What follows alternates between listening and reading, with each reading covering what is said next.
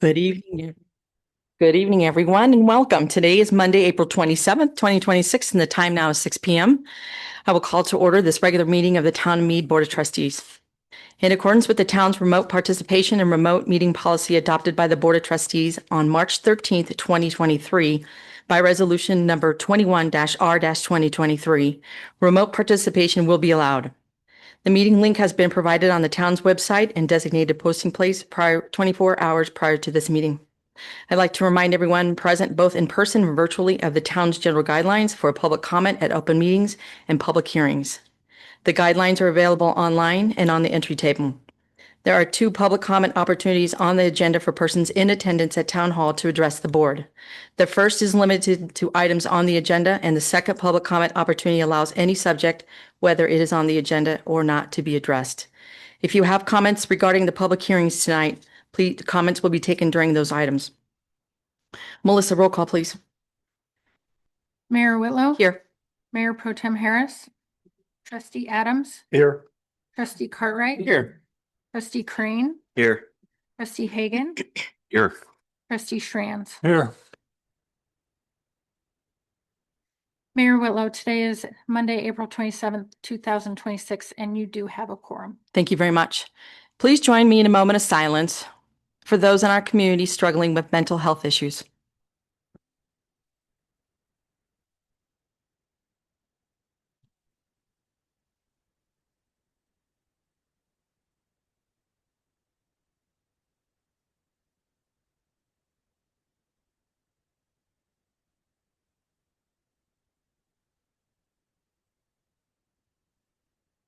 Thank you very much for your time. Please stand and join me in the Pledge of Allegiance. I pledge allegiance to the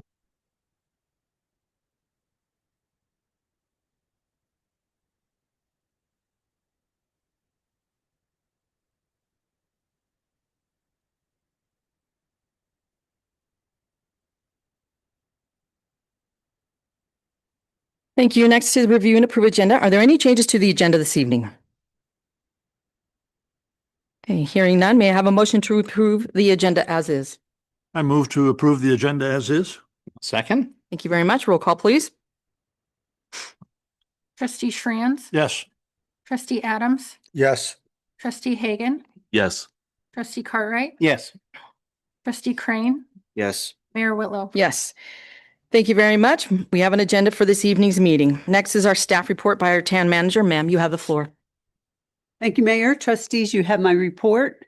I just have a couple of additions. We had our open house for the Prost plan, Parks, Recreation, Open Space and Trails.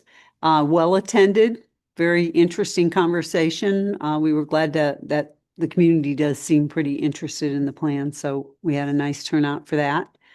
I want to let you know the auditors will be on site next week. They'll be reviewing documents that our financial team will be giving them, and there's a possibility they could contact any one of you if they had questions.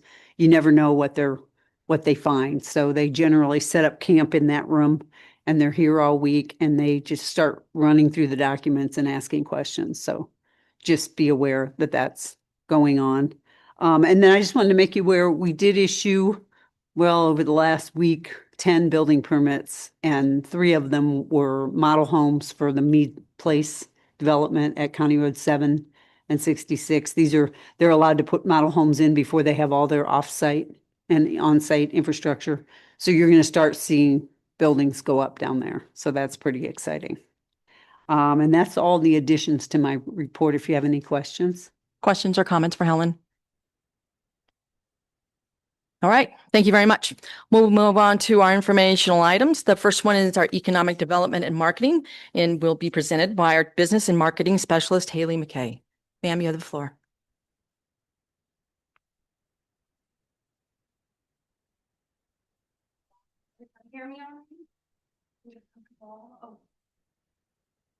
There. Okay. Sorry. I don't come down here quite often, so I'm not used to everything. Well, hello, everyone. My name is Haley. I'm the business and marketing specialist for the town of Mead. I'm going to be providing you all a, where is that? There, thank you. I'm going to be providing you all a comprehensive overview of our economic development efforts, highlight some achievements through Built for Mead, and outline strategic directions and next steps.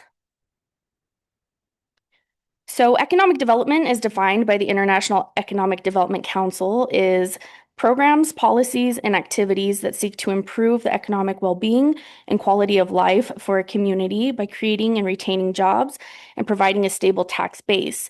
Ultimately, economic development is a revenue strategy for a community, generating additional tax dollars from new business investment. It's important for our community because it brings in businesses that create jobs, and supporting those businesses to continue prospering is important.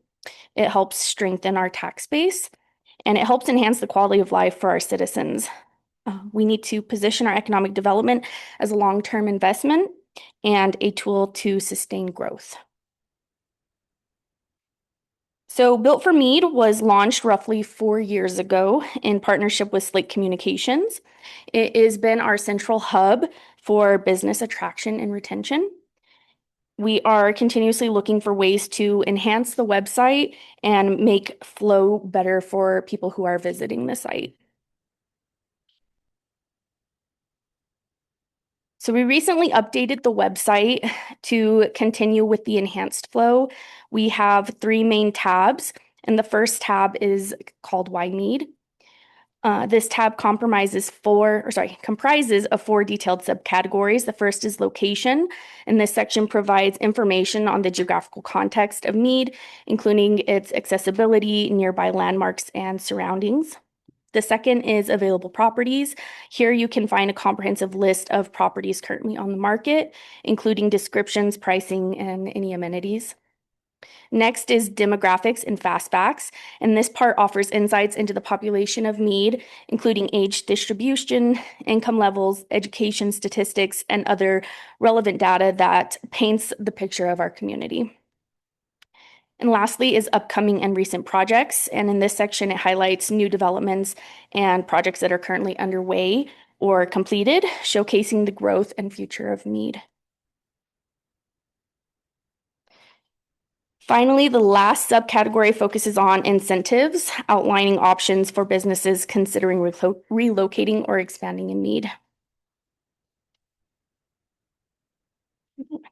So this next tab in the website is Mead Businesses. This section also has 4 subcategories, including local resources, business success stories, which we currently have 23 videos of local businesses, a newly integrated event calendar where we promote any economic or town events and can also promote any local business events. We have our business directory, which lists all current business license holders located in Mead who requested to be listed, including their addresses and phone numbers, with the exception of addresses for our home occupation businesses, and direct links to their website or social media pages. And these are updated on a quarterly basis to remain current with our active businesses. The last tab in the About is About Built for Mead, which has a page for news with our quarterly blogs and a Contact Us page. Did I jump too far ahead? Oh, I did. Sorry, this was that slide. Okay, for the platform analytics, I have listed the traffic counts for the website. So in 2022, we had 286 visits. This corresponds to launching in September and it being officially announced in November.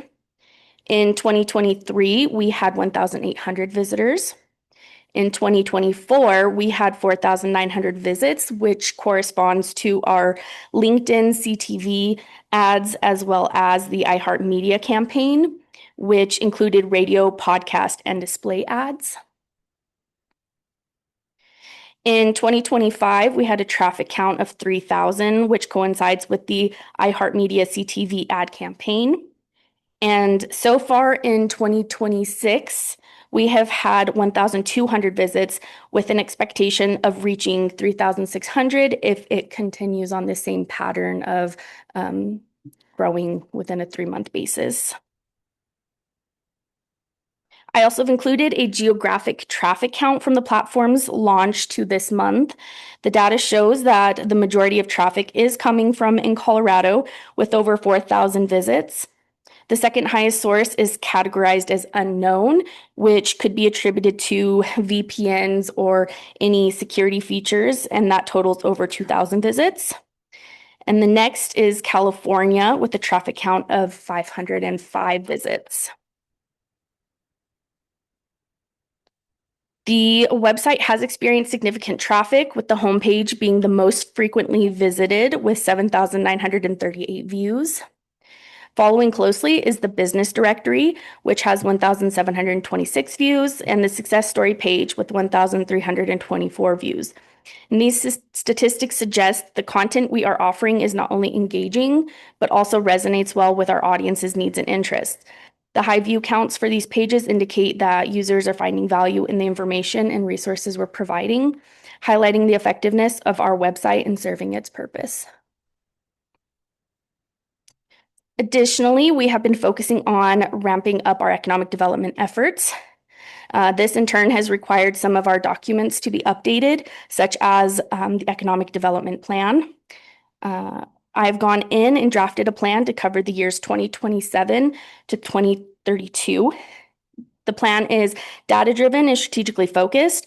It provides a comprehensive community and economic analysis. I've also provided what is called a SWOT analysis, which is strength, weakness, opportunity, and threat in 5 different categories, including infrastructure, workforce, business climate, and quality of life.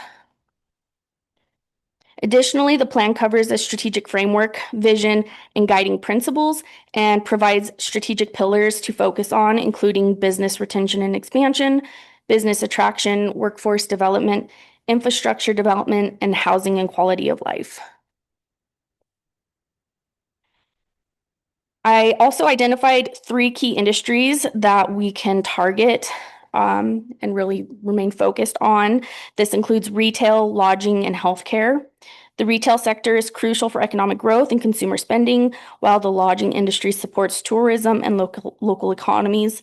Lastly, healthcare is essential for public well-being and innovation in medical services.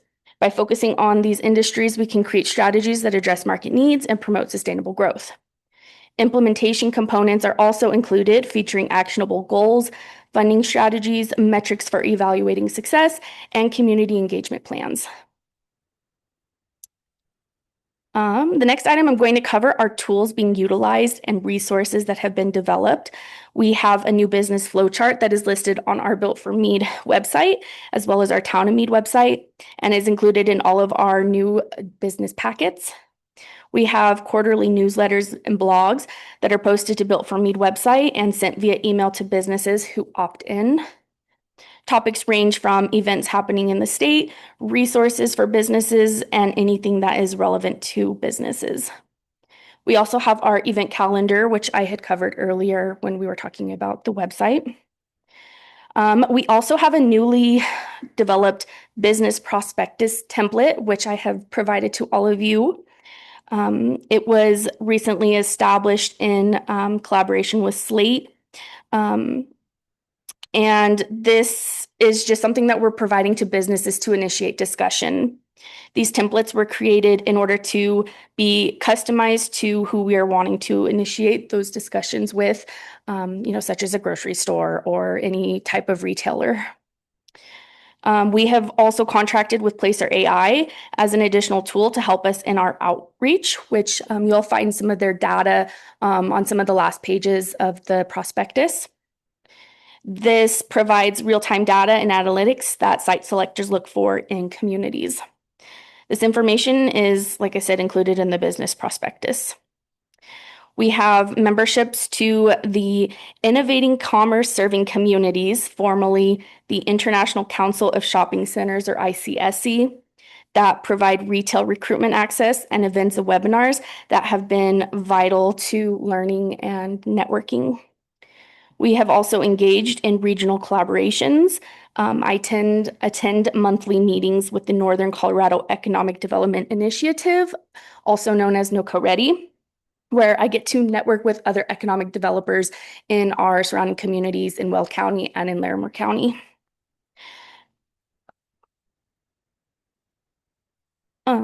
Through this group, I was also joined in on the Business Retention and Expansion, or BRE, committee, where we get to discuss BRE initiatives and learn about different resources available to businesses in our communities.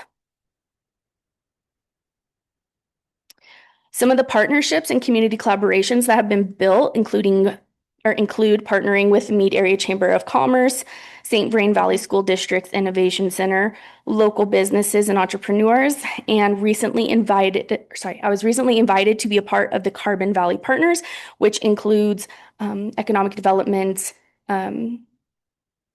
people in Frederick, Firestone, Dacono, as well as the Carbon Valley Chamber of Commerce.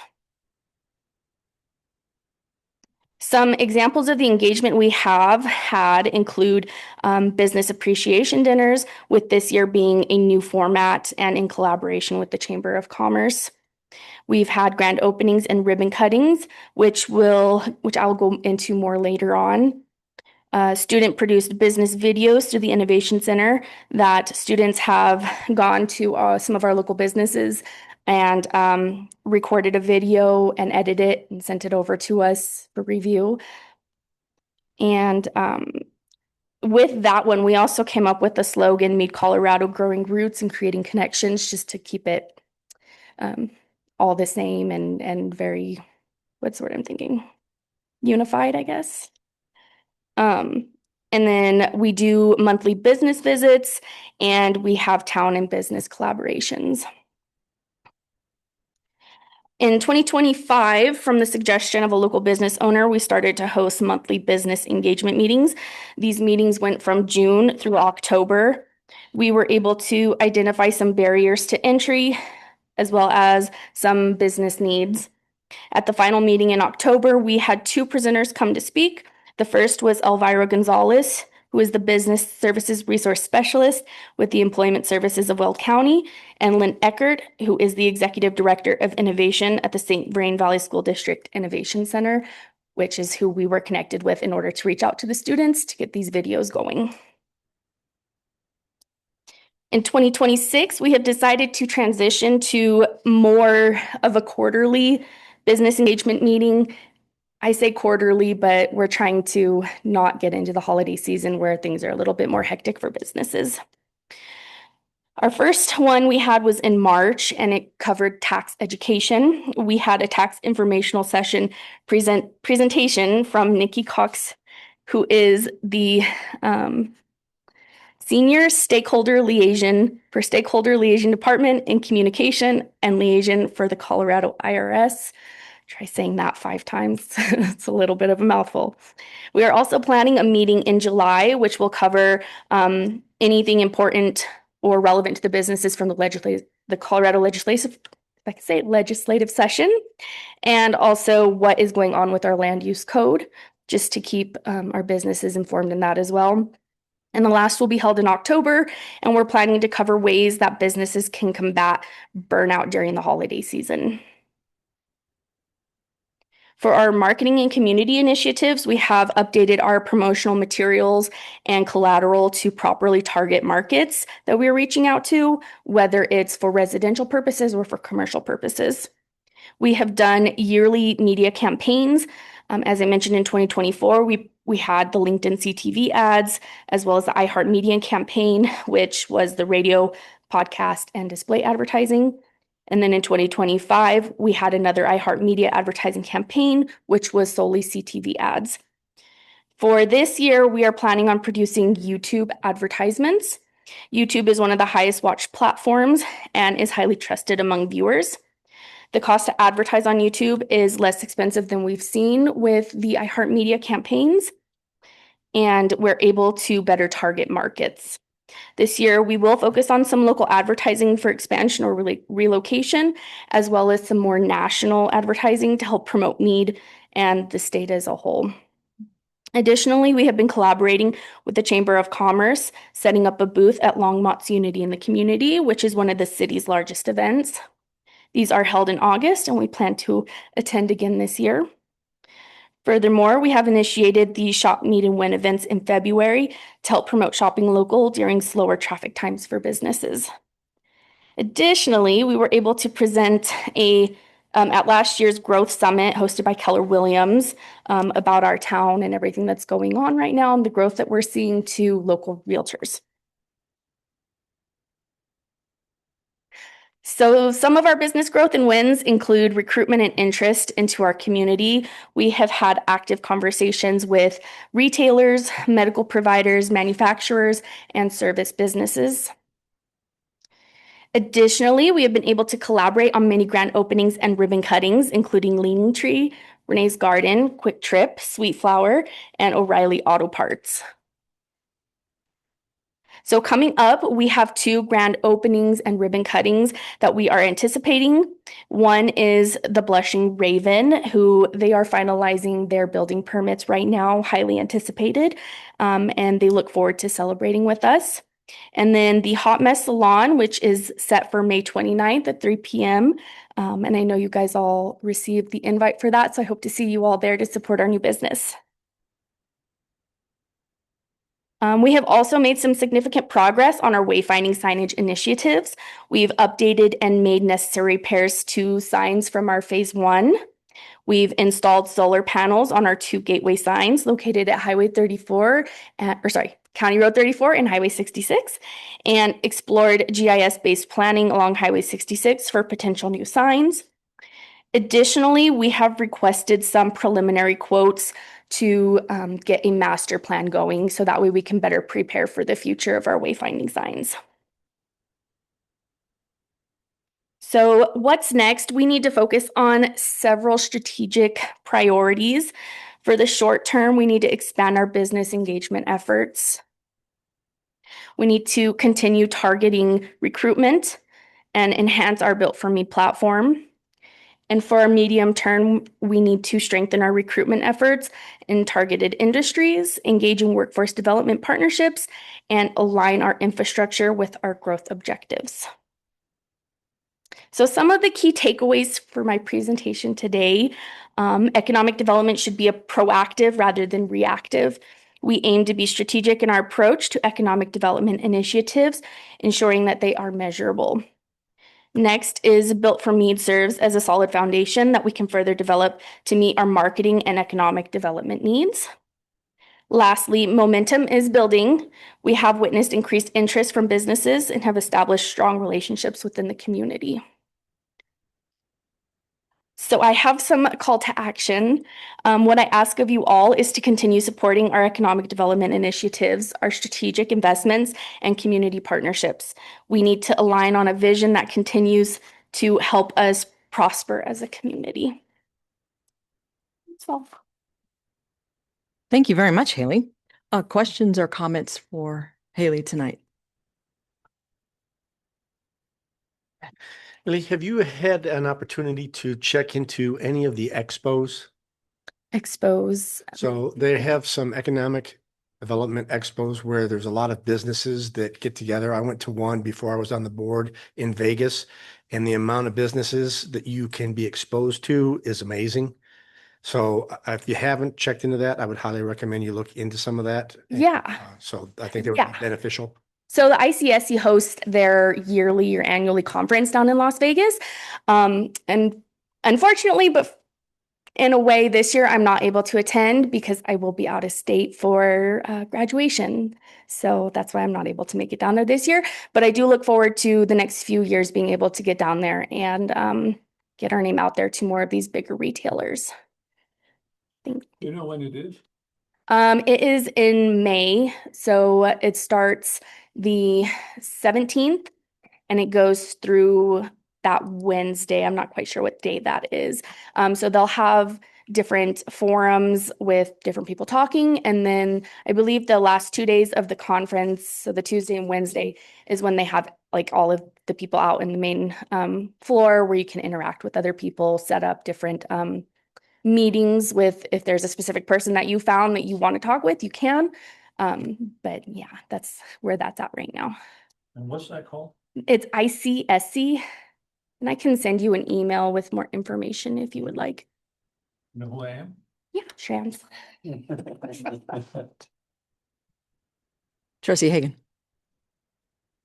Is this the handout that you give to people that come into town or businesses? So this one in particular is what we'll be sending out to businesses. So like if there's a grocery chain that we're looking to bring in, that'll be what we get sent. But with this, I'm able to take data that I pull from Placer or anything that has specific site and can provide that to their brokers, realtors, whoever's in charge of their site selection. So this one was just an example of what has been sent out. So I was just noticing that on the first page, it says 6,700 population, or the first page that actually identifies it. So what is it, 4 pages back? And then on the next page, it says resident population 4.8K. I don't know if that's a different measurement or if that's supposed to be total that adults maybe, or I'm not sure. It's so it's two different datas that these are pulled from. The one that you're looking at is through Placer, and theirs specifically for population is a couple years behind, and that's all stuff that they pull from the state of Colorado from the census. So that's why it's a little bit less than what our current population is. So the 6,700, sorry, excuse me, that's on there now is about what our current population is. This says 2025 metrics, so for the 4.8 thousand. Yeah, it's just when 4,800. it gets pulled and when we update things is kind of what is in there. Should probably be the same though. And it's also reflected back in some of these other charts. So just look into that. I don't want to give them mixed information. Yeah, no, and that I completely understand. And like I said, it's just what Placer is able to provide in that. And I'll look into it. Thanks. Any other questions? All right. Thank you very much for your time tonight. We appreciate it. All right. We'll move on to our first quarter 2026 financials, and this will be presented by our Administrative Services Director, Mary Strutt. Ma'am, you have the floor. All right. Thank you, Mayor, trustees. Thanks for having me here tonight. I am going to continue, as I was talking to you last year about the budget quite a bit. I'm going to continue talking to you about our financials over the next couple of months as we start into budget season again. So I'm going to go over the first quarter financials to give you a little bit of information there.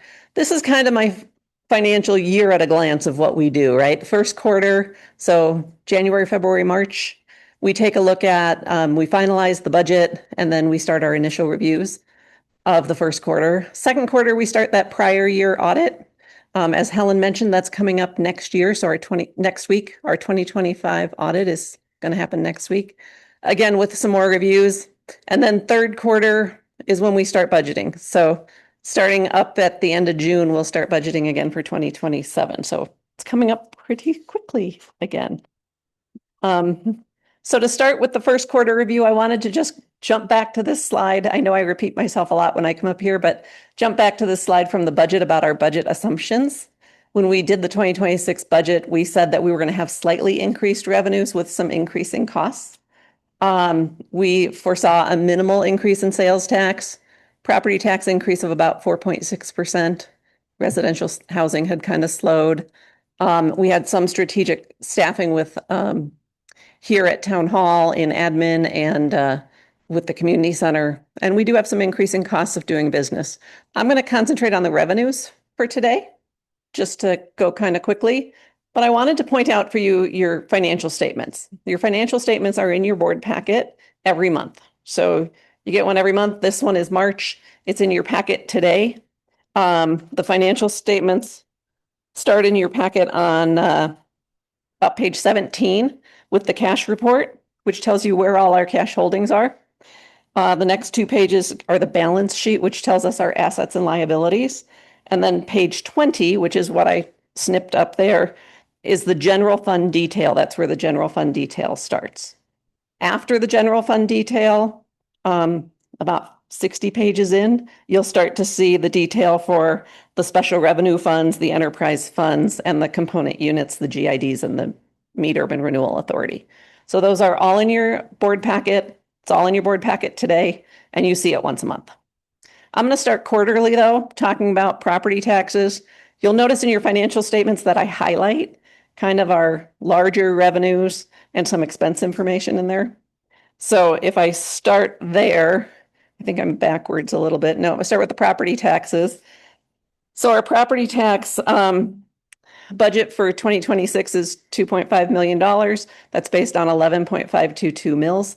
That number is usually pretty dead on, right? We get the certification of tax levies from Weld County in December and before we do the budget. So pretty dead on that should be what our property tax revenue is. Most people pay their property taxes, and if they don't, it gets pursued by the county. So that number is usually pretty good. Taxes, property taxes are due in February, April, and June. So that's when we see the revenues come in from those.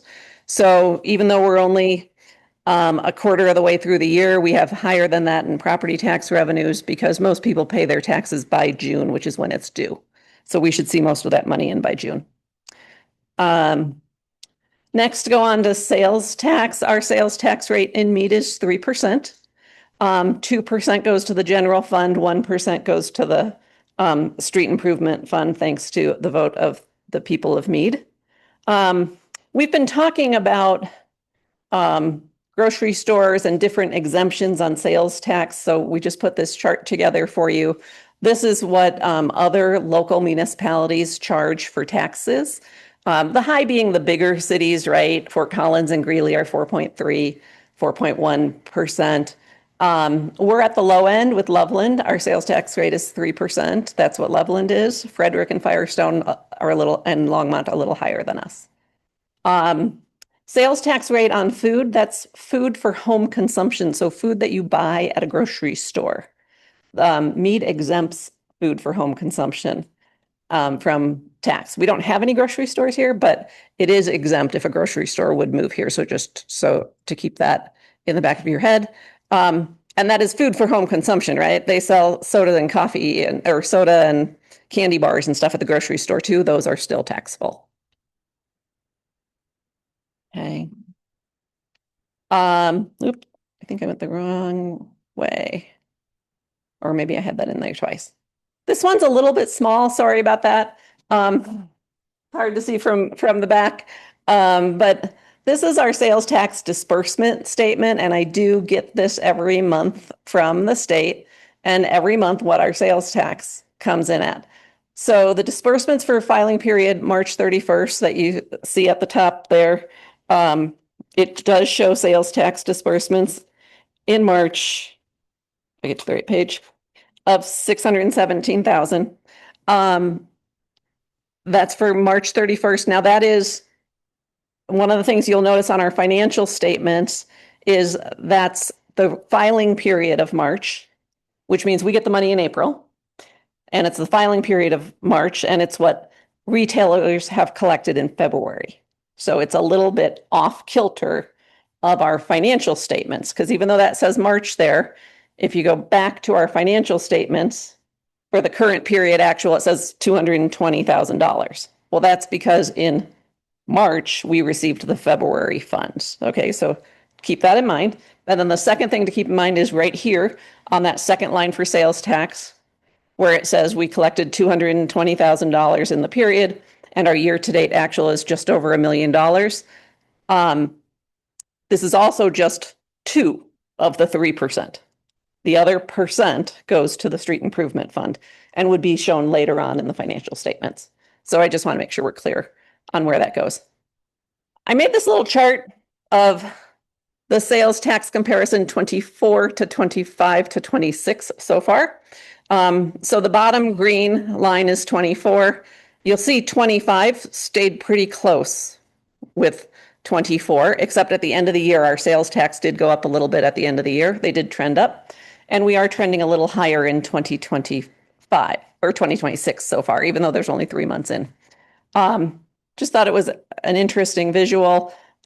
We do think that sales tax, as noted, are going to slightly increase for 2026, and that's coming to bear. You see those spikes in the sales tax? That's because some retailers file quarterly, so not everybody files monthly. So that's how those spikes come. And then there's also spikes like at Christmas or whatever. So you'll see some of those. Next thing I want to mention is building permits. Again, we said building permits was kind of going to be flat this year. It is, that's what we're seeing. 2025, we ended up with 88 building permits on the year. So that's okay. We had budgeted around 100, so 88 is okay. Not fantastic, but it's okay. 91 is what we budgeted for 2026. We had a really slow start to the year. January, February, March, the first quarter, we only had 16 building permits. So it was a slow start to the year. However, as Helen mentioned earlier, we've had 11 last month. So that brings our number up to 27. So it's looking a little better. It is tracking a little more like 2025.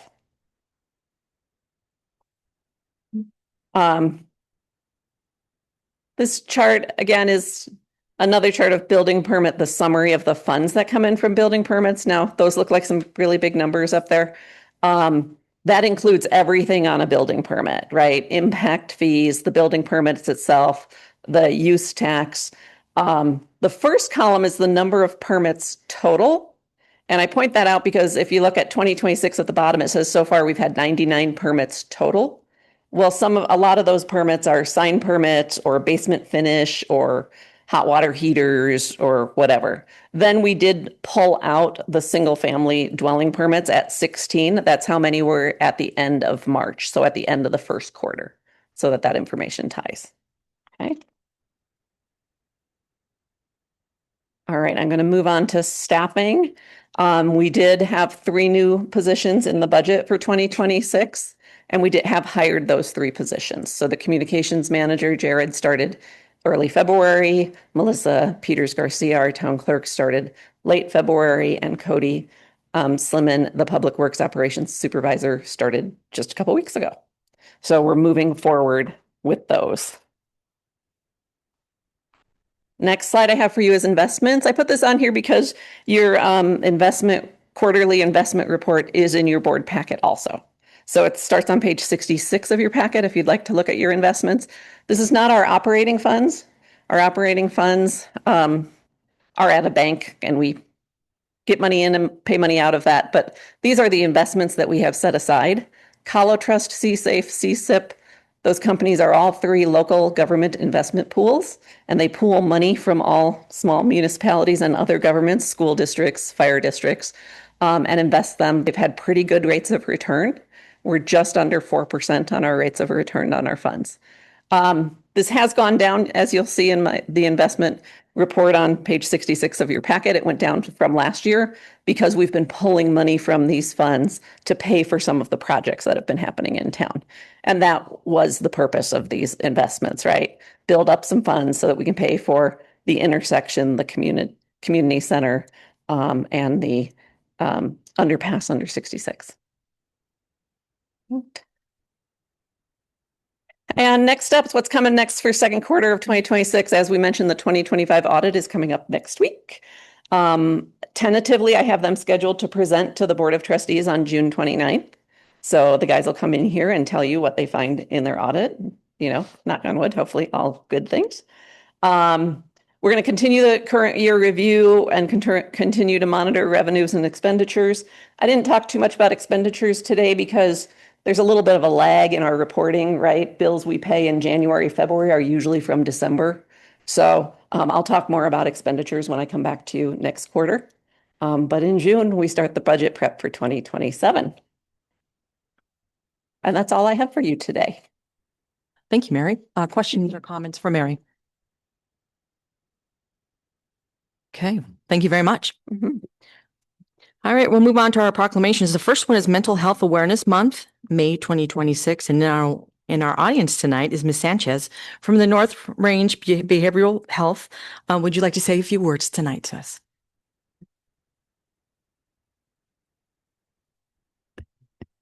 Is that closer? Oh, I can hear myself.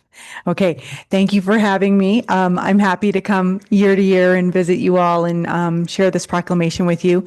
Just a little bit about North Range Behavioral Health. We're a safety net behavioral health provider in Weld County, and there's a lot of words and letters to our designation, state and federally, but The short of it is that we provide comprehensive mental health care for anyone in Weld County, regardless of ability to pay.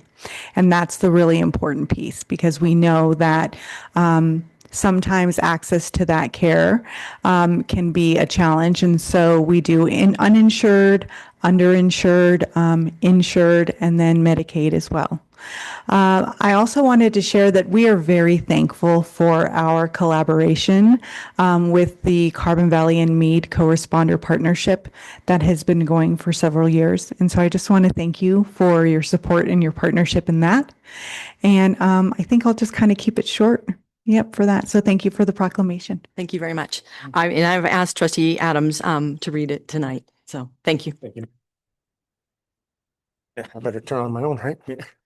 Proclamation Mental Health Awareness Month, May 2026. Whereas mental health is just as important as physical health, and taking care of our mind helps ourselves and our families, schools, and workplace thrive.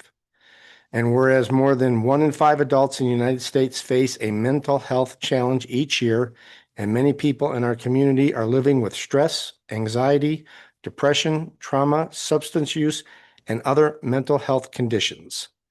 And whereas getting help early and helping access to affordable behavioral health care can prevent crisis, reduce suicides, lower hospital stays, and prevent incarceration, leading to healthier residents of Mead. And whereas residents of Mead have access to compassionate, comprehensive service, including counseling, crisis response, residential care, and community-based support through North Range Behavioral Health. And whereas North Range Behavioral Health has achieved federal CCBHC Certified Community Behavioral Health Clinic designation and is a comprehensive and essential mental health safety net provider serving Weld County. And whereas North Range Behavioral Health works with schools, medical providers, first responders, health and human services, employers, faith communities, and local partnerships such as United Way of Weld County to make sure mental health support is available when people need it. And whereas National Mental Health Month is observed each May to raise awareness, reduce stigma, support recovery, and remind people that it is okay to ask for help. Now, therefore, Colleen Whitlow, Mayor of the Town of Mead, do by here proclaim the month of May 2026 as Mental Health Awareness Month and call upon the citizens, government agencies, public and private institutions, businesses, and schools to recommit our community to increasing awareness and understanding of behavioral health and understanding the need of appropriate and accessible services for all citizens. Given under her hand and seal, the Town of Mead, Colorado, on this 27th day of April, 2026. Thank you very much. Is there a motion to sign the signing of this proclamation? I make a motion to approve the Mental Health Awareness Month proclamation. Second. Thank you. Roll call, please, Melissa. Trustee Hagan, Yes.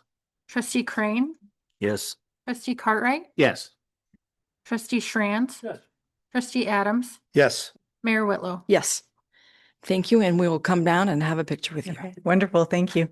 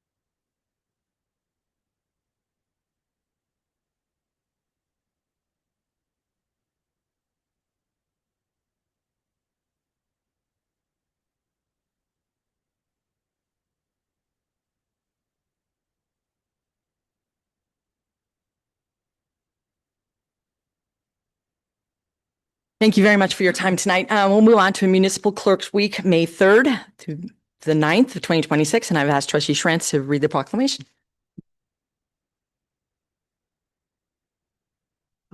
For Professional Municipal Clerks Week, May 3rd through May 9th, 2026. Whereas the office of the professional municipal clerk is the oldest among public servants, and whereas the office of the professional municipal clerk, a time-honored and vital part of local government, exists throughout the world, and whereas municipal clerks provide the professional link between the citizens, the local governing bodies, and agencies of government at other levels. And whereas municipal clerks have pledged to be ever mindful of their neutrality and impartiality, rendering equal service to all. And whereas professional municipal clerks continually strive to improve the administration of the affairs of the office of the professional municipal clerk through participation in education programs, seminars, workshops, and annual meetings of their state, provincial, county, and international professional organizations. And whereas it is most appropriate that we recognize the accomplishments of the office of the professional municipal clerk. Now, therefore, Colleen Whitlow, Mayor of the Town of Mead, does hereby proclaim May 3rd through May 9th, 2026 as Municipal Clerks Week, and further extend appreciation to our professional municipal clerk and deputy clerk for the vital services they perform and their dedication to the Town of Mead.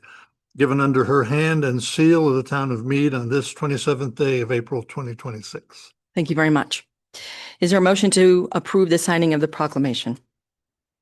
I move to sign the proclamation. Second? Thank you. Roll call, please. Trustee Adams, Yes. trustee Crane, Yes. trustee Schrantz, Yes. trustee Hagan, Yes. trustee Cartwright, Yes. Mayor Whitlow. Yes. And thank you very much to our own clerks, Mary, Melissa, and Marisol, for all the work that you do for us tonight. Thank you. All right, we'll move on to our first public comment. The board welcomes public comment at this time for any item on the agenda. We will also take comments on the items not on the agenda during the second public comment, number 12. Please remember that public comment is not intended to be a question and answer session. The board will listen to your comments and take them into consideration. All comments should be directed to the Board of Trustees and not to specific individuals. If you wish to speak during the first public comment period, please adhere to the town's general guidelines. Please start by stating your full name and address for the record. Each speaker will have 3 minutes to address the Board of Trustees. If you are representing a group, you will have 5 minutes. We ask that all speakers and audience members treat one another with respect and dignity. Let's ensure we maintain a welcoming environment and avoid any actions that could be distracting. Melissa, do we have anyone signed up for this public comment? No, we do not. Okay. Is there anyone here in the audience that would like to speak to the Board of Trustees on an item on the agenda that is not on the public hearing tonight? Okay, seeing none, we will move on to our consent agenda. The consent agenda contains items which are considered routine and are approved with one motion and vote. I want to recognize staff for putting together these items and the board for reviewing them ahead of tonight's meeting. Is there a motion to approve the consent agenda? I make a motion to approve the consent agenda. Second? Thank you. Roll call, please. Trustee Schrantz, Yes. trustee Crane, Yes. trustee Cartwright, Yes. trustee Hagan, Yes. trustee Adams, Yes. Mayor Whitlow. Yes. Thank you very much. Motion carries, and thank you again, staff, for putting this together for us. All right, we will move on to the Mead Liquor Licensing Authority. We need a motion to close out the Board of Trustees meeting and convene as the Mead Liquor License Authority. Will someone please make that motion? I move to close out the current meeting and, I'm sorry. I move to close out the current meeting and open up a meeting for the public, for Mead Liquor Licensing Authority. Second? Thank you. Roll call, please. Trustee Adams, Yes. trustee Schrantz, Yes. trustee Hagan, Yes. trustee Crane, Yes. trustee Cartwright, Yes. Mayor Whitlow. Yes. Thank you. I'll now call to order the meeting of the Mead Liquor Licensing Authority on Monday, April 27, 2026, and the time now is 6:50. Trustee Hagan, I believe that you will not be participating in this first item under consideration by the authority given your ownership interest in the premises leased by Highland Lake Brewing. Is that correct? I won't be voting, but I'm not going to recuse myself from the room.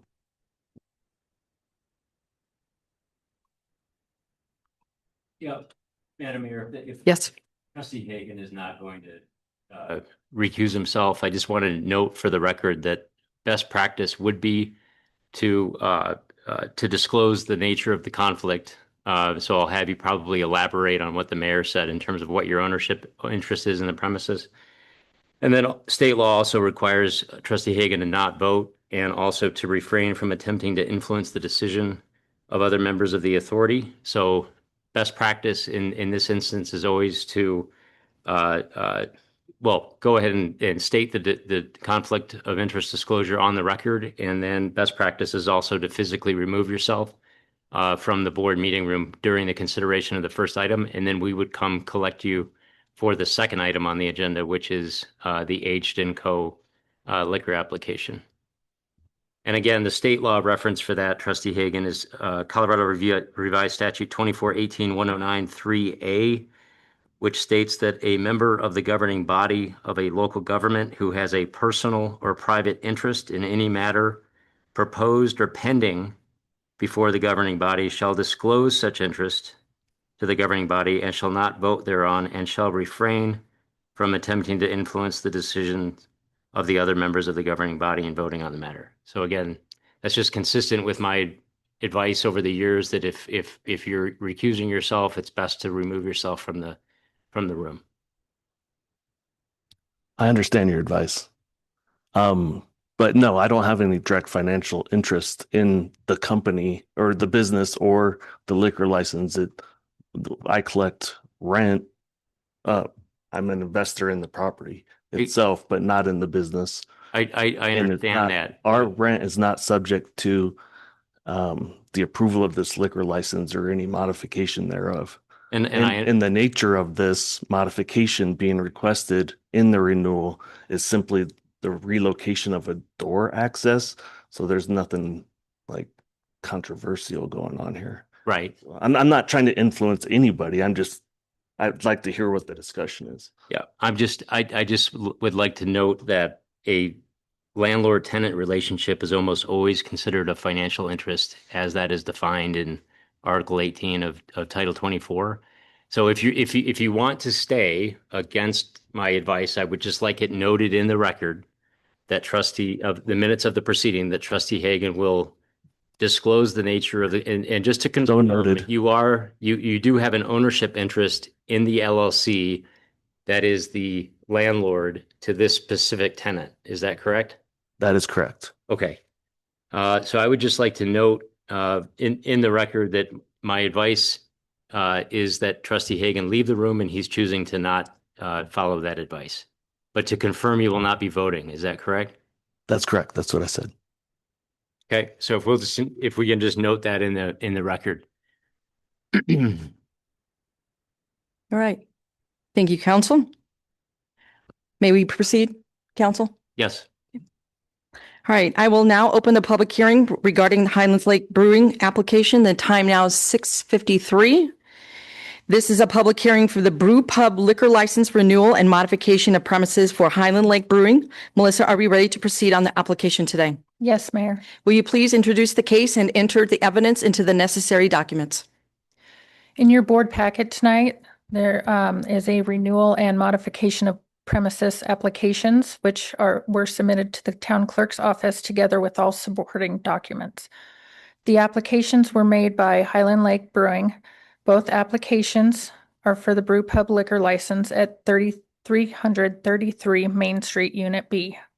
The intent of the application is the applicant is to renew their Brew Pub liquor license and modify their site plan to remove a storage room access door located on the west wall of the building due to structural constraints. By Mead Municipal Code Section 6-3-70B, the Mead Liquor Licensing Authority has delegated authority to the town clerk to administratively approve renewals. This application is being brought to the authority due to conditions placed on the original liquor license approval, which have not been met. The brew pub license for Highland Lake Brewing was approved by the authority on June 24th, 2024, with the following condition. The building must comply with the diagram, which includes a plot plan and detailed interior sketch. Highland Lake Brewing opened for business in May of 2025 and has been an active and supportive member of the community ever since. Thank you. The application submitted to the town clerk together with all supporting documents are hereby made part of the record. Any other documents presented to the authority during this hearing shall also be made of be part of the record if the copy is given to the town clerk. Melissa, was notice properly posted and published for this matter? Yes, the property was posted by the applicant on April 9th, and the notice was published in the Times Call newspaper on April 11th. Are there any items to be considered for the renewal? Yes, the renewal application appears in order. The business is in good standing and inspections indicate no outstanding issues. The one item for discussion is the condition put on the initial license when issued. The current site does not fully match the diagram. As you see on the diagram and on the screen in front of you, right in the middle, there's a circle around the door access. The door is shown on the west side. Upon inspection by staff, the door does not exist.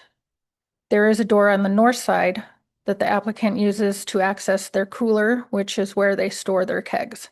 According to the applicant, the door could not be installed due to structural limitations.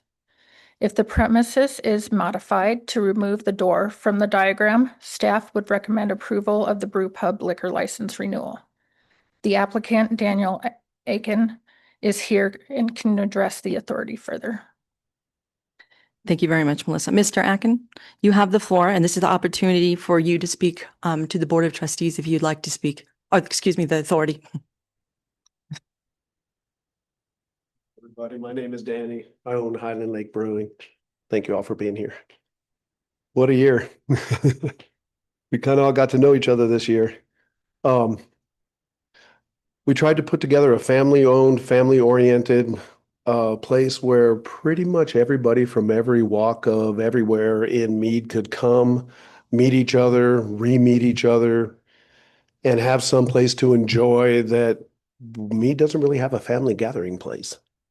We've done everything from one-year birthday parties to high school reunions to wedding receptions to it's worked out really well. There's been a learning curve. We had kind of some loud food trucks that we had to put in some stuff to get rid of. That worked out pretty well. That's in, that's fine. But the door we ran into a problem with.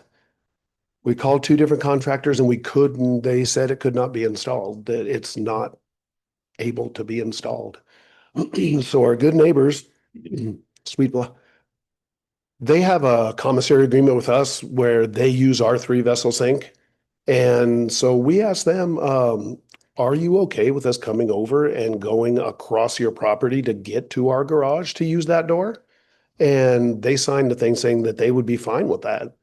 We've all tried to really work with each other a lot on this. Everybody helps each other. And I hope we can solve this one problem because it's kind of really the only thing that we have outstanding at this point. But it's been a lot of fun. Gotten to know a lot of people. No huge speech. Thank you. All right.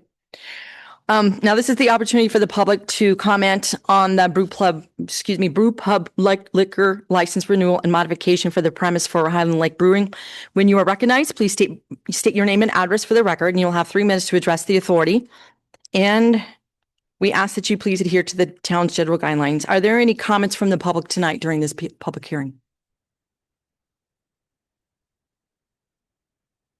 All right. Do any of the members of the authority have comments or questions for either for staff or for the applicant tonight? Trustee Stranz. I want to sound really stupid here. I'm very confused with this door thing. I'm not sure I understand why everything is circling around this door.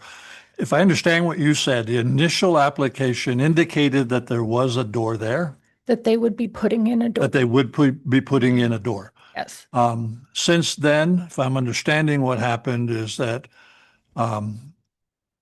cannot install a door there due to structural reasons of the building. correct. So an inspector would come in and say, no, you can't put a door there. Yes, it That's correct? cannot be Okay. built to code. So they can't put a door in. Correct. Is there a need to have a door? No, No. And to that gentleman, I'm sorry, I forgot your name, but to Dave. I don't know why you're asking your neighbor. Why is that becoming important? Well, Come on up to Yeah, the come in, phone, yeah. please. is where we would have access to get into we have a large walk-in cooler in that garage in that building. And the only access to it is around the front in a door. So as per our lease, we lease that garage. But the land in front of it is actually leased by the flower shop that's next to us. So we have to cross their property to get to our garage, to get to our door, because there is no other access but from the front of the building. So if you come from our place, you have to go around through here to get into that garage, because that's the only access door. Okay. So I still don't, I'm sorry you have to do that. Well, I don't understand what it has to do with the liquor authority about the door. I'm not sure. I'm really kind of confused. I know that they said it would be there, but now we know that it can't be there. Okay. And that's really the only issue. The fact that you're going to your neighbor, that's up to you. Thank you for doing that. Okay. But it's got nothing to do with what we're going to approve or disapprove tonight. Is that correct, Melissa? correct. So it was on the initial site plan. They can't put it in. So it doesn't follow their conditions that were put on. Their original plan. Okay. But at that time, they didn't know they couldn't put a door in. So now they do. So, okay. Okay, got it. I got it. Okay, Well, that was confusing. that's okay. We're doing with the door stuff again. All right, any other questions from the authority tonight? Okay. This public hearing is now closed at 7:02 PM and the Liquor License Authority will not accept any more additional testimony. Does the authority want to deliberate on any of the issues tonight? All right, seeing is there a motion regarding the modification of premises application before us?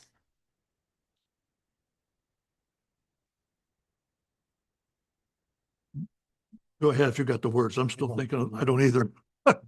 What is it you need to know, Mayor? What's In the motion? packet? Motion to approve the modification of premises application. Okay, so I move to approve the modification of premises. Melissa, that will suffice for a motion? Now, there's actually a recommended motion on page 79 of the packet that can be referenced.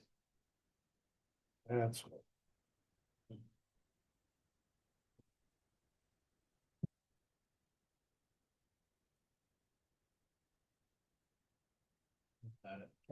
Yeah. I move to approve the application for modification of premises for Highland Lake Brewery. I further move to remove the condition previously applied to the liquor license and approve the Highland Lake Brewing Company LLC renewal application dated March 15th, 2026.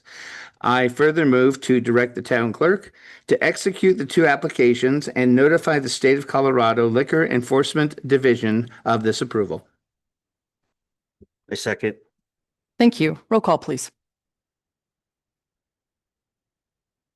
Trustee Hagan, sorry. Recuse. Trustee Adams. Yes. Trustee Schranz. Yes. Trustee Crane. Yes. Trustee Cartwright. Yes. Mayor Whitlow. Yes, the motion carries.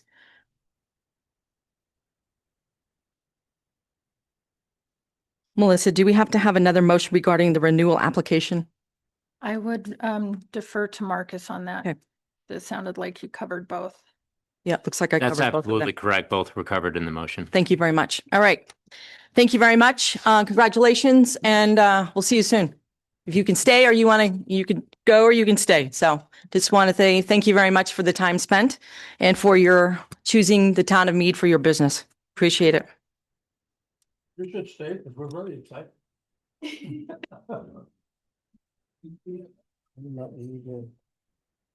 Oh, geez, that's like a half. All right, we'll move on. The next is an application for a new license, and I will open up the public hearing for Aged & Co. And the time now is 7:05.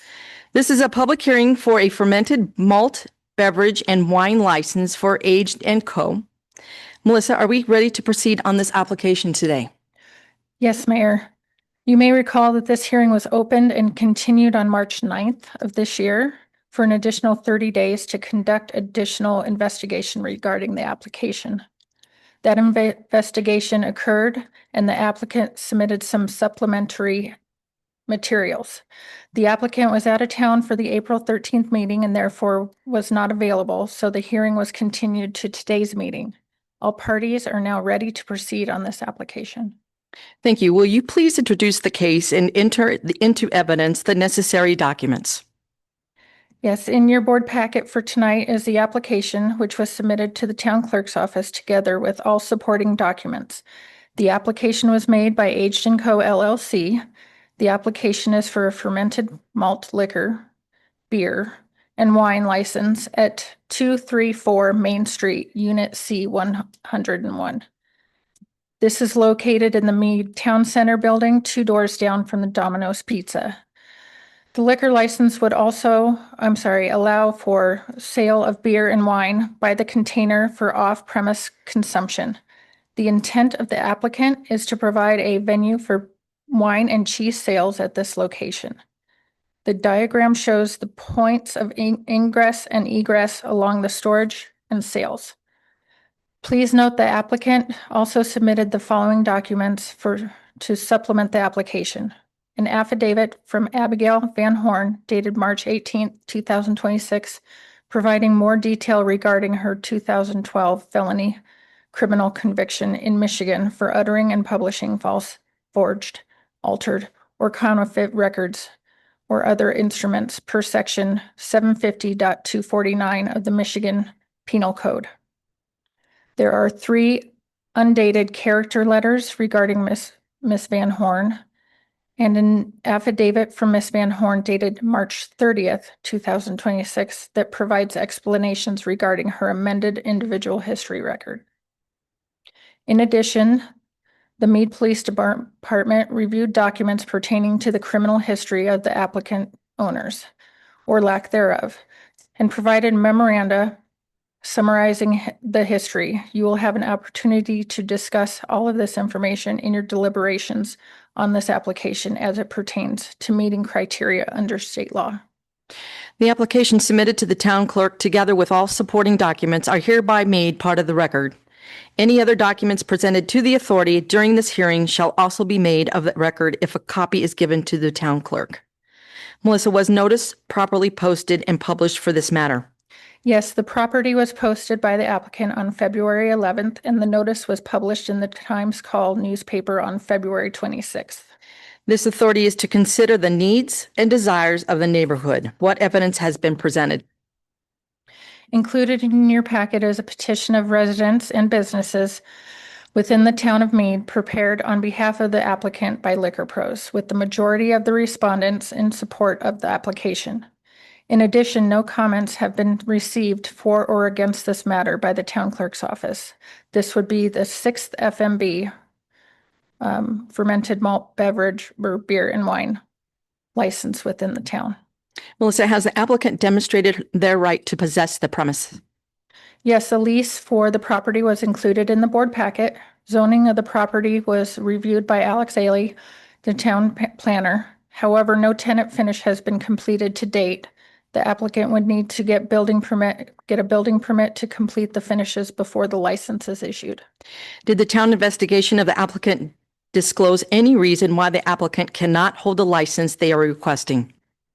The applicant has submitted all required documentation, including completion of all local fingerprinting and background check requirements for the applicants with ownership in the LLC. Mr. James Fay had no significant findings in his background. Ms. Abigail Van Horn did have a felony conviction show up in the background check. It was disclosed on the application. Additional misdemeanor convictions were later disclosed in supplemental documentation. Colorado law prohibits liquor licenses from being held by persons the authority deems not of good moral character, and the authority must make a specific finding on that criterion. When determining whether an applicant meets this standard, you, the authority, must consider the pertinent circumstances connected with the convictions in determining whether the applicant is qualified.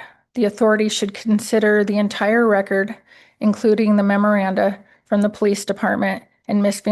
Van Horn's affidavits, amended individual history, record, and character references. Do you have anything further to add, Melissa? Colorado does require approvals by both local authority and the state before a liquor license can be issued. This hearing is for the Mead Liquor Licensing Authority to consider the application. The findings of this hearing will be created and forwarded to the state of Colorado for their consideration. The applicant may make a presentation to the authority concerning the requested liquor license application. After the applicant presents testimony, other interested persons will be provided an opportunity to address the authority. The applicant and any other person who speaks may ask questions of and or cross-examine any other persons who will be speaking at this hearing. Now that this is an opportunity for the public to comment, this is the opportunity for the public to comment on the Aged & Co. fermented malt beverage and wine license. When you are recognized, please state your name and address for the record. You'll have 3 minutes to address the authority, and we ask that you please adhere to the town's general guidelines. Are there any comments from the public at this time? And would the applicant like to speak to the authority before we move on to any of the members of the authority to have comments or questions? Hello, sir. Excuse me. Good evening, Madam Mayor, members of the authority. My name is Dan Carr. My registration number is 8224. I'm with the law firm of Dill, Carr, Stonebreaker, and Hutchings. I'm here on behalf of the applicant tonight. Ms. Eva Gerritsen, I believe, is online. She's the person who conducted the survey. I don't know if any members of the authority would like to ask her any questions of that. I know Eva's been anxiously awaiting to address you. I don't know if you've ever met Eva before, but she can provide you a full understanding of how she conducts the survey and what the results were in this particular matter, if that's your pleasure. The documents are within the record, and as you'll note, they show greater than 95% of the people in favor of this. But she is online if you'd like to speak to her. What kind of survey was it? For the record? Liquor Pro. She did a needs and desire survey. Needs and desire survey. Yes. So she went about to the various businesses in the area and also to the residents. And I believe she submitted the packet to the city, and the city has it. And if my memory is correct, it shows 100% of the businesses were in favor of it, and well over 95% of the residents were in favor of it. Obviously, I think that shows the need and desire for this particular application. And neither of the applicants are here tonight? Yes, both of them are here. Okay. And we're prepared to go forward with a presentation there as well. Or I can kind of give you a narrative, and then you can ask questions, whichever you prefer. You just proceed as usual. Okay, let me go ahead and give you a narrative, and then and Mr. Fay. Approaching the podium is James Fay, and Mr. Fay is one of the owners. I'll have him provide his name and address in a moment. I think he's probably best suited to give you an overview of what this operation is intended to be. I know there are other FMBs in the in the town, but quite honestly, this isn't like that. Those FMBs, I'm certain, I didn't go through the list, but more likely than not, they're 7-Elevens, things of that nature. And this is nothing like 7-Eleven. So I'd like Mr. Fay to tell you what his background is, what they intend to bring to the town, the unique aspect of his business or their business, and the nature of it. Some of you, when you hear this, may be familiar with a nice fancy cheese shop in Longmont. Mr. Fay is coming from that location, but I will let him address you with regards to what he's going to be able to offer. James, could you please state your name, spell your last name for the record, and also indicate your address? My name is James Fay, last name spelled F-A-Y. I currently reside at 1438 Hover Street in Longmont. And Mr. Fay, I think start with what where are you employed currently? I'm currently employed at Cheese Importers. And where's that located? 103 Main Street in Longmont. And what's your specialty with regards to Cheese Importers? I'm a product special. I do many things there. I'm a product specialist. I'm an educator. I teach classes about cheese. I'm the wine buyer currently. Other wheelhouses are olive oil, chocolate, tinned fish, meat, cheese, fancy stuff. And Mr. Fay, how long have you been in the hospitality industry? 30 years in the hospitality industry, 12 years as a professional cheesemonger. And with regards to your prior experience, give us a brief understanding of how that experience has allowed you to participate in the sale and service of alcohol. Well, I'm really good at pairing wine with cheese, with meat, and other things. I'm not a professional sommelier yet, but I do have a pretty good extensive background in fine wine. And how about though your previous experience that dealt with selling alcohol or being involved in the sale of alcohol? Well, I've been tip certified multiple times. I've been a bartender and a general manager while at the same time as a bartender in a hospitality environment. So I've been doing this for a little bit.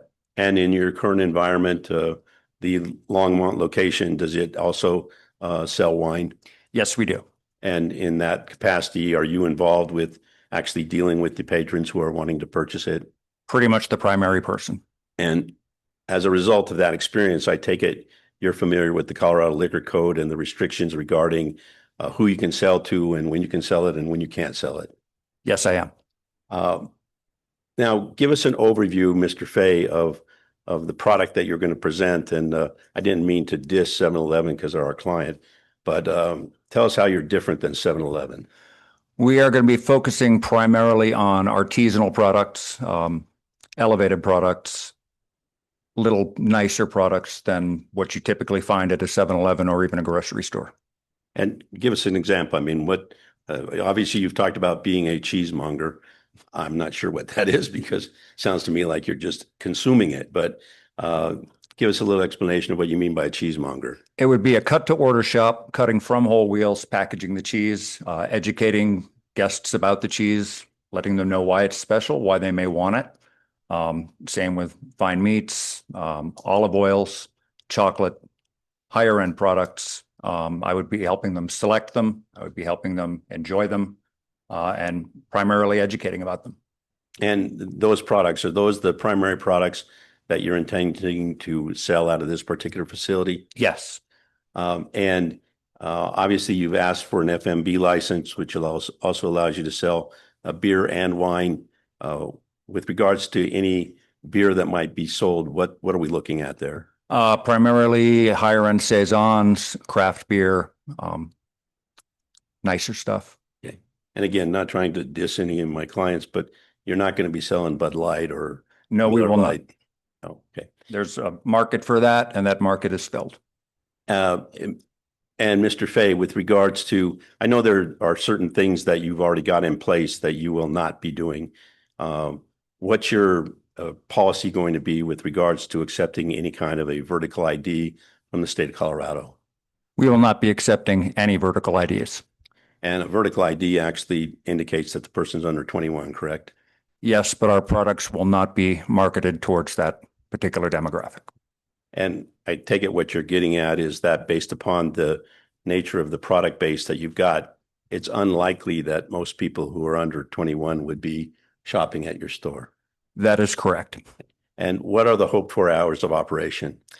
10 a.m. to 7 p.m. And at least initially, until you get going, what's the anticipation as to who's going to be working there? That would be myself and Miss Van Horn. And with regards to the hope for starting date, when would that be? Hopefully very soon. And you're still awaiting potential permits and those kinds of things, is that correct? Yes, we are. Okay. And you indicated that you're previously tip certified. In the event that this license were granted, what's yours and Ms. Van Horn's intention as far as becoming recertified? Well, as soon as possible. And then in the event that you were to employ any other individuals, if business takes off, would you be requiring that they also get tip certified? It would be an absolute requirement. Madam Mayor, I don't have any additional questions for, I do have one question. And Mr. Van Horn, you're basically Mr. Fay, you're basically the operational person and the salesperson, the buying and selling and preparing the product. Is that correct? That would be correct. Okay. And Ms. Van Horn is a partner with you, but she's more of the financial side. Is that correct? Yes, we are playing to our strengths with this one. Okay. At this time, I would tender Mr. Fay to the members of the authority if they have any questions of him. Okay, hold on just for a second. Well, before we move on, and thank you, Mr. Fay, for coming in. Thank you, Mr. Carr. Before we ask questions of Mr. Fay, is Ms. Van Horn with us tonight? And Yes, will she's she be here. able to hear? She's going to speak too. Okay, thank you. All right, the authority, will you please, I'll start with Trustee Schranz and then Trustee Cartwright for questions for Mr. Fay. Okay. Mr. Fay, my understanding is that your intent is to sell wine and cheese. Yes. Will there be any tastings of wine and cheese on your premises? If we were to do tastings of wine, it would be led by the representative who supplies us with the wine, as has been done in the past other locations that I've worked. Okay. And if somebody purchases wine and cheese from you, will you allow them to consume it on site? No, I will not. Okay. Cheese, yes. Wine, no. Okay, thank you. I'm assuming you have a source for the products. Is it local? Is it international? A mixture of all sorts of places. The wine reps I currently work with, most of them are local. Yeah. Cheese comes from all over the world. Okay.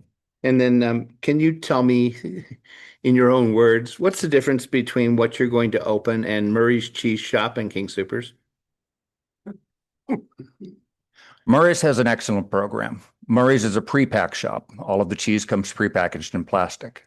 It is a very different experience with the product when a monger cuts it fresh and wraps it in the proper paper. It's almost like night and day, the difference between the quality of both. Okay. And then one more question. You have no plans to have a sit-down location where someone could come in, sit down. I noticed you had some other items on your menu, so to speak. Would those not include wine? They would not include wine. Wine would be for off-premise consumption only. Okay. Similar to another job I worked, we had a sandwich counter. You could grab food to go. You could get cheese boards to go. You could enjoy small plates, but you could not consume alcohol on the premise. Okay. Thank you. You're welcome. Mr. Fay, thank you very much for your time tonight. Thank All right, Mr. Carr? King Soopers is also my client, so let's not hurt it. At this time, I'd like to call Ms. Van Horn up.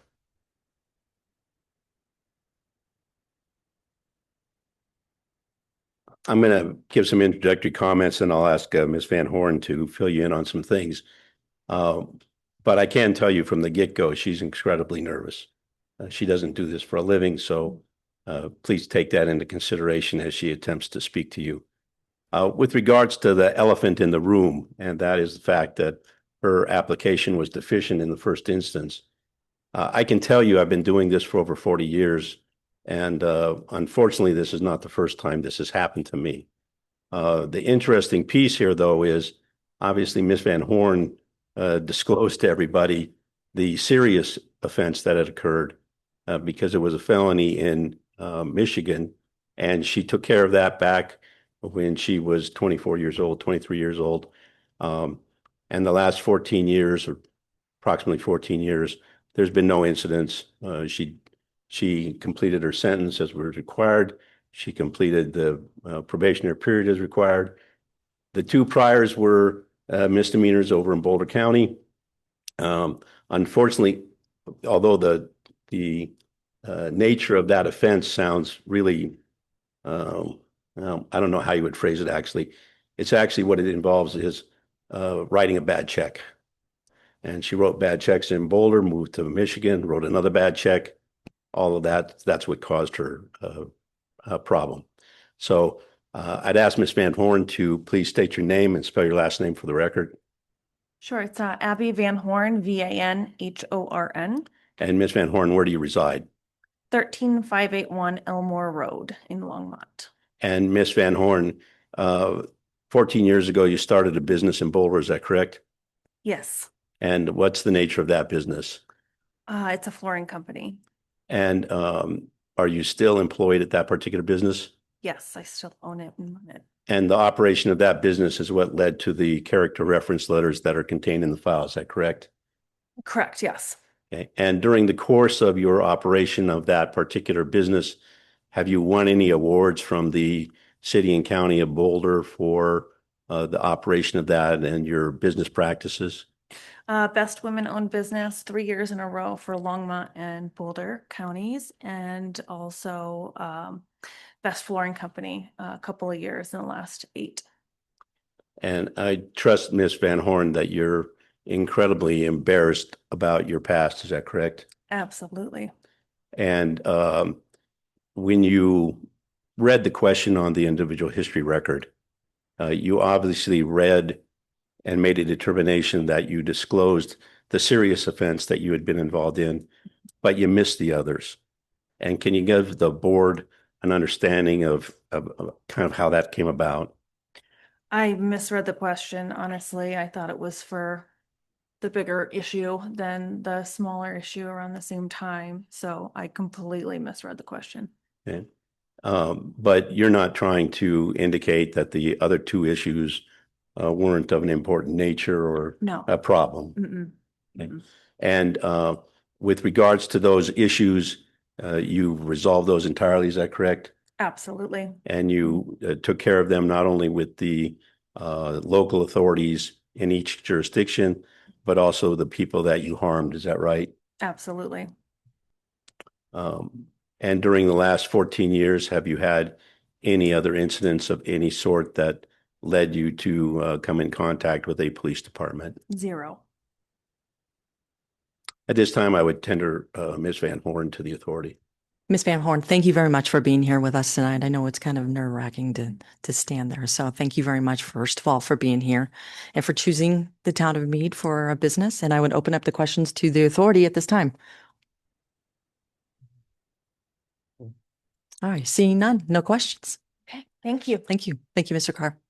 That would conclude our presentation. I'm presuming that Eva got off the Zoom call.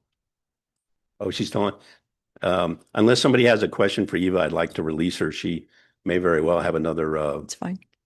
engagement somewhere. You bet. Thank you very much. And thank her when you see her for being with us tonight. Thanks, Eva. Thank you, team, for stating your presentation tonight in front of the authority. Sure. So thank And we have nothing further. Thank you. Thank you. Okay.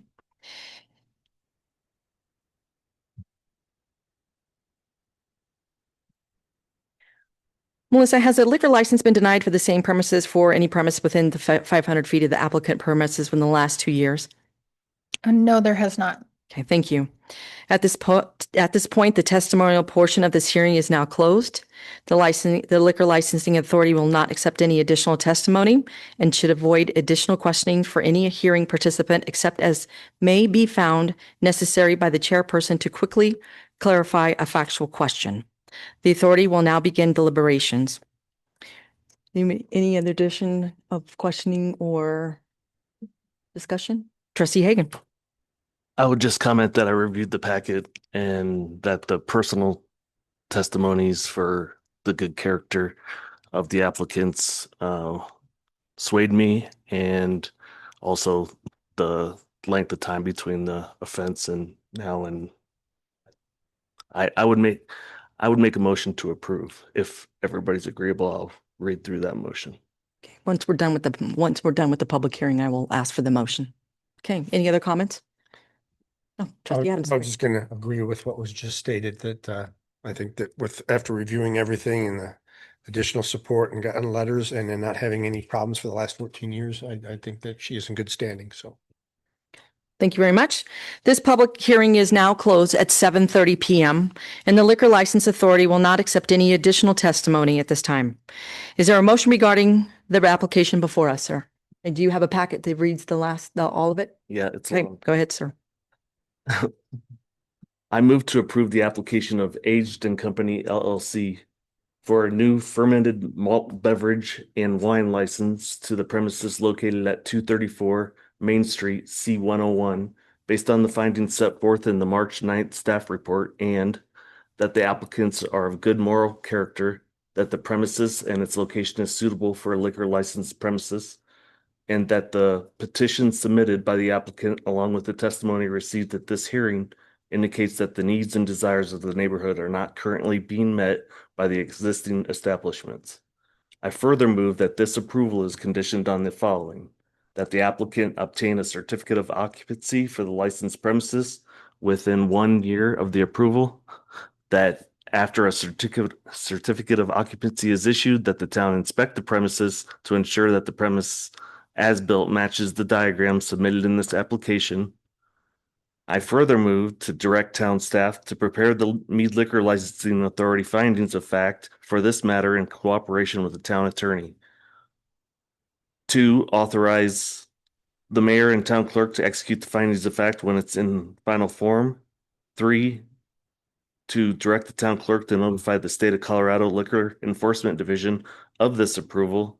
And 4, authorize the town clerk to issue the Town of Mead fermented malt beverage FMB and wine license to Aged and Company LLC upon approval of the state and receipt of the state license. Is there a second? second, Thank you very much. Roll call, please. Trustee Crane, Yes. trustee Adams, yes. trustee Cartwright, Yes. trustee Franz, Yes. trustee Hagan, Yes. Mayor Whitlow. Yes. Motion carries. And I would like to say thank you to Mr. Fay, Ms. Van Horn, Mr. Carr, and Eva for being with us tonight. We appreciate it. Welcome to Mead. And get it open. Get it open. All right, thank you. Now we will need a motion to adjourn the Mead Liquor Licensing Authority and reconvene as the Board of Trustees. Will someone please make that motion? I make a motion to stop the Mead Liquor License Authority and reconvene as the Town of Board Trustees meeting. Thank you. Roll call, please. Trustee Cartwright, Yes. trustee Franz, Yes. trustee Hagan, Yes. trustee Crane, Yes. trustee Adams, Yes. Mayor Whitlow. Yes, the motion carries. The time now is 7:32, and I'll convene the regular meeting of the Board of Trustees. We'll move on to our public hearing tonight. This is our Mead Municipal Code Amendment, Wildfire Resiliency. Blah, blah, blah. That brings us to, we'll first hear from staff and then we'll take questions or comments from the public, followed by the trustees. I will open this public hearing. The time now is 7:33, and I will ask our town planner, Alex Haley, to present to us. Thank you, sir. Good evening, Mayor and trustees. I don't have a full-on presentation for you tonight. As you know, I'm stepping in for Todd on this one. But this public hearing is for the second reading of the Colorado Wildlife Resiliency Code. The adoption of codes by reference is governed by state statute, requiring that the ordinance be introduced at one meeting and also considered at a public hearing ordered by the Board of Trustees at a subsequent meeting. The statute requires the town to publish notice of the public hearing twice, once at least 15 days prior to the scheduled hearing, and once at least 8 days prior to the hearing. As you know, Todd presented ordinance number 1104 at the March 30th Board of Trustees meeting. The Board of Trustees moved to adopt the ordinance on first reading and schedule the public hearing and second reading for tonight's meeting. To comply with noticing requirements, the notice for tonight's public hearing was published both on April 10th and April 17th in the Longmont Times Call. In addition, a copy of the publisher's affidavit is in your packets for reference and is part of the legislative record for the ordinance on second reading. Staff recommends approval of ordinance number 1104 on second reading via the suggested motion in your packets. and I am available for any questions that you may have. Thank you, sir. This is an opportunity now for the public to comment on the proposed wildfire resiliency. I can't even say that word tonight. I'm so sorry. When you are recognized, please state your name and address for the record. You will have 3 minutes to address the board, and we'll ask that you please adhere to the town's general guidelines. Are there any comments from the public this evening for this public hearing? Okay. Seeing none, do we have any trustees that have any comments or questions for staff? Okay, do we have a motion for ordinance number 1104?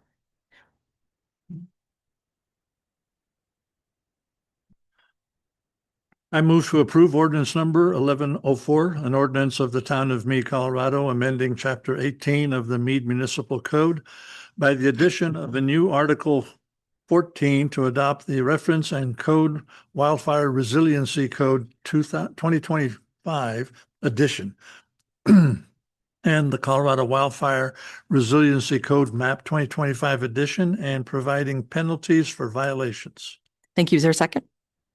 Second. Thank you. Roll call, please, Melissa. Trustee Schranz. Yes. Trustee Adams. Yes. Trustee Crane. Yes. Trustee Hagan. Yes. Trustee Cartwright. Yes. Mayor Whitlow. Yes, thank you very much. Ordinance number 1104 is passed. And I will now close the public hearing at 7:36, and we'll go on to our second public comment period. We have no further general business. We will follow the same guidelines previously stated. We'll call on individuals in the order if you have signed up. I ask all speakers and audience members to treat one another with respect and dignity. Is there anyone here would like to speak to the Board of Trustees tonight? Seeing none, we'll move on to our legislative update by our town attorney. Sir, you have the floor. Madam Mayor, members of the trustees, just a very brief legislative update for you this evening. Right now, we're at a point where we have a little bit less than 3 weeks left in the session. Again, they're scheduled to end the 2026 session on May 13th of 2026. Some really good news on the town's bill that it worked closely with Senator Kirkmeyer on. House Bill 26-1253 was passed. That was sent to the governor for signature on April 23rd last week. I checked this afternoon before coming up. It has not yet been executed, but we're expecting that to be signed by the governor any day now. House Bill 26-1308 is the bill that deals with lot splitting. I did give a summary of that at the last session. It was scheduled to be considered last week at a committee hearing on the 23rd. That was delayed by a week, and that is now scheduled to be heard this coming Thursday on April 30th. That will be heard by the Senate Local Government and Housing Committee. Some good news today dealing with other legislation relating to lot size. In Colorado, there was another bill, House Bill 26-1114, that would have mandated certain minimum lot sizes for jurisdictions if the use of those lots were going to be restricted to single-family housing.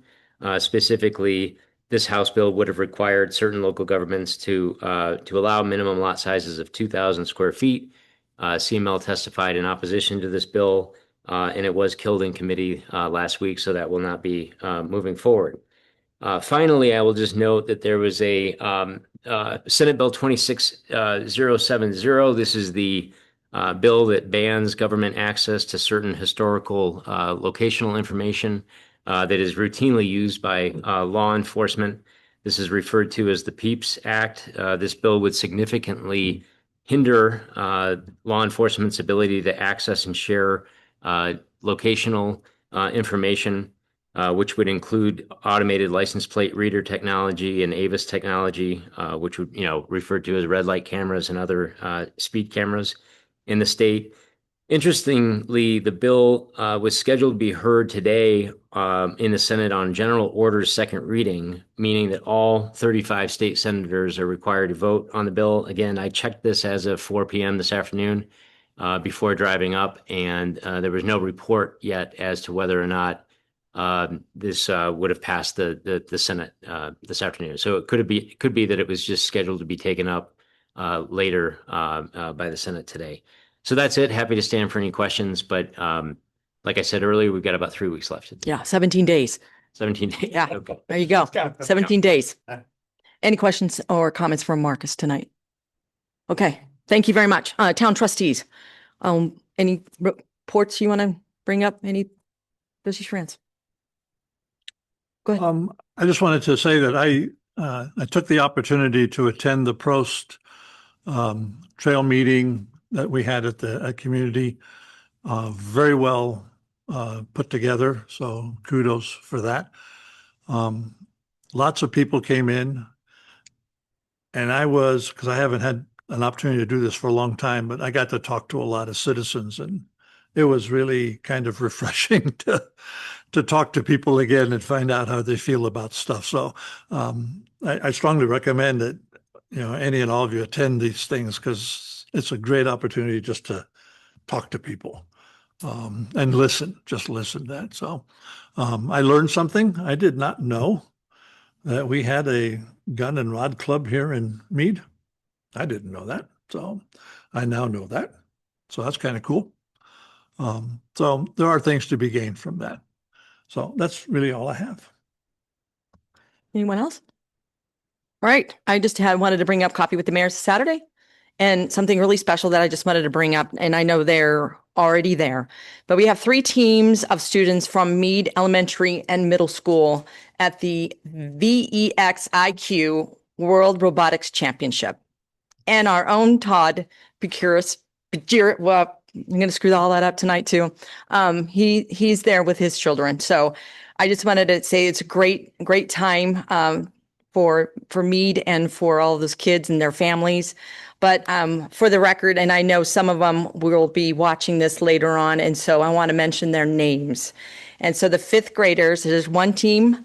This is the first team. It's Xander Adams, Liam Lawless, Slate Werner, and Camden Wilcox. The second team is from Mead Middle School, and they're 8th graders, Bryson Allen, Nathan Anderson, Jace Blick, Liam Clark, Max Hill, Caden Valentine. 7th graders, Maddox Huey, and the 6th graders are Graham Johnson and Bentley Valentine. We're just so proud of them and their families, and I think it's very important that we recognize them and their accomplishments so early in life. So I just want to say thank you to the families, and I know they're either watching tonight or they will be watching. So that all came from our Summit Singer leader, Megan Lawless, who contacted me over the weekend and say they were getting on a plane today. So kudos to all of them. So I just wanted to round off that good night for that. So, and next on our agenda. Can I add to that? Sure, go ahead. Please.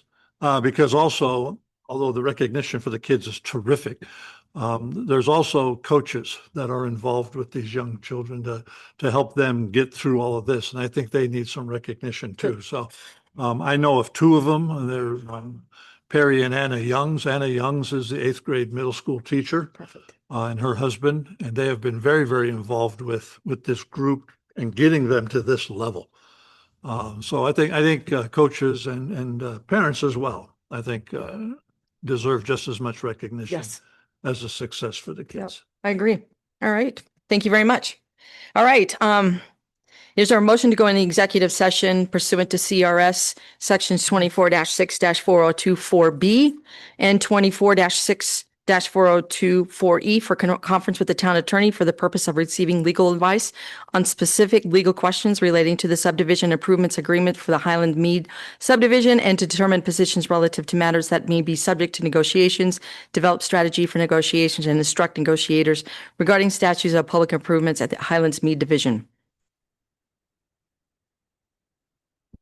So moved. Seconds. Is that okay? Yeah, so it was a motion by Trustee Cartwright, seconded by Trustee Adams. Okay, perfect. Got it. Thank you. All right. I'm going to ask for a roll call. Melissa. Trustee Schranz. Yeah. Trustee Crane. Yes. Trustee Cartwright. Yes. Trustee Hagan. Yes. Trustee Adams. Yes. Mayor Whitlow. Yes. Motion carries. The time now is 7:44, and we will turn off the recording and adjourn to executive session. We will then restart the recording for the executive session. So with that, those people who are online, you may stay, or those people who are with us in the room may stay. But all we have left after that is adjournment from the floor.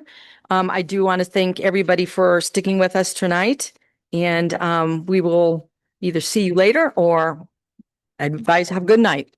Thank you.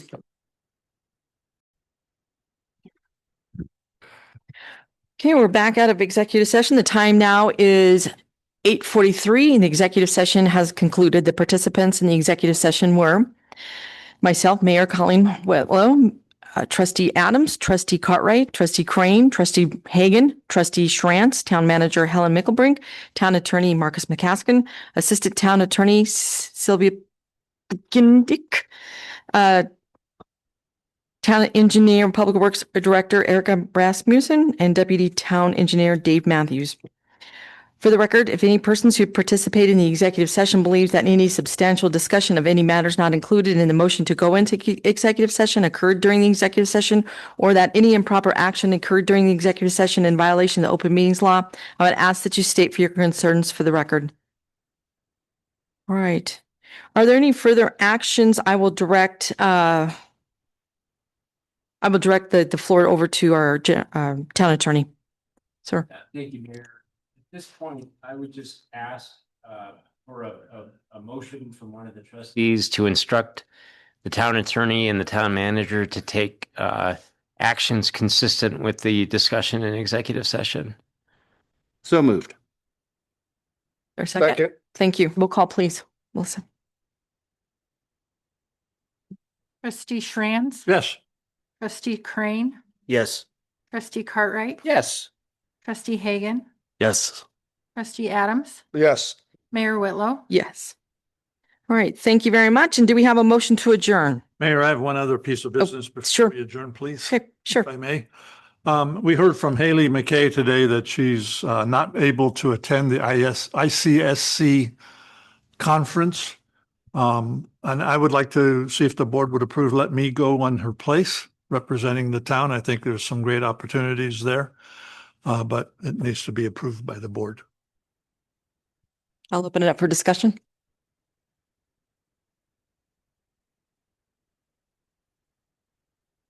Okay. Go for it. I think we probably need a motion for him to go in. Yeah. Make a motion. Making a motion to see. I make a motion to approve Herman Schrantz, trustee, to attend the ICSC seminar or symposium in Las Vegas. And represent the town of Mead. Second. Thank you. Roll call, please. Trustee Adams. Yes. Trustee Schrantz. Yes. Trustee Hagan. Yes. Trustee Crane. Yes. Trustee Cartwright. Yes. Mayor Whitlow. Yeah. Do we have a motion to adjourn? So moved. Oh, we need a second. Okay. Roll call, please. Melissa. Trustee Cartwright. Yes. Trustee Schrantz. Yes. Trustee Hagan. Yes. Trustee Crane. Yes. Trustee Adams. Yes. Mayor Whitlow. Yes. The April 27, 2026 regular meeting of the Board of Trustees now adjourned at 8:46. Thank you very much, everyone, for the participation.